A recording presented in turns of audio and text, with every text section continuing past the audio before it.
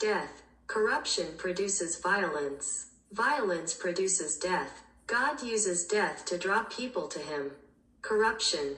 The present current world corruption is that practically all human beings are in the spiritual states of natural spiritual death, definitive spiritual death, and spiritual disease. In these states, people do not know and fight the Bible in the Hebrew and Greek languages, and therefore are in permanent war against God, his being, his work, and his activity. Now the earth was corrupt in God's sight and was full of violence.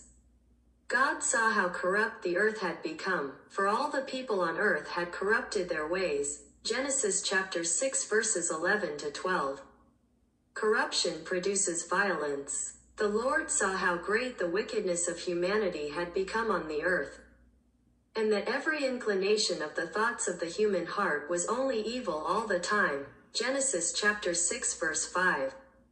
Violence produces death. When the Lamb opened the fourth seal, I looked, and there before me was a pale horse.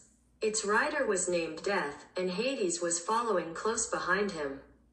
They were given power over a fourth of the earth to kill by sword, famine, and plague, and by the wild beasts of the earth. Revelation chapter 6 verses 7 to 8.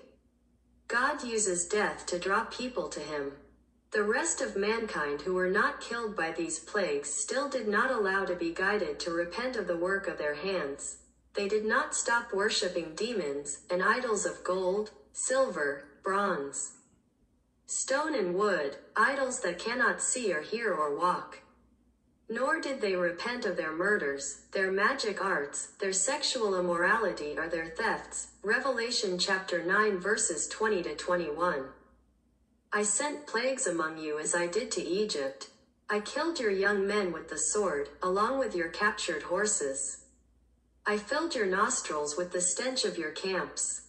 Yet you did not allow yourself to be returned to me, declares the Lord. Amos chapter 4 verse 10.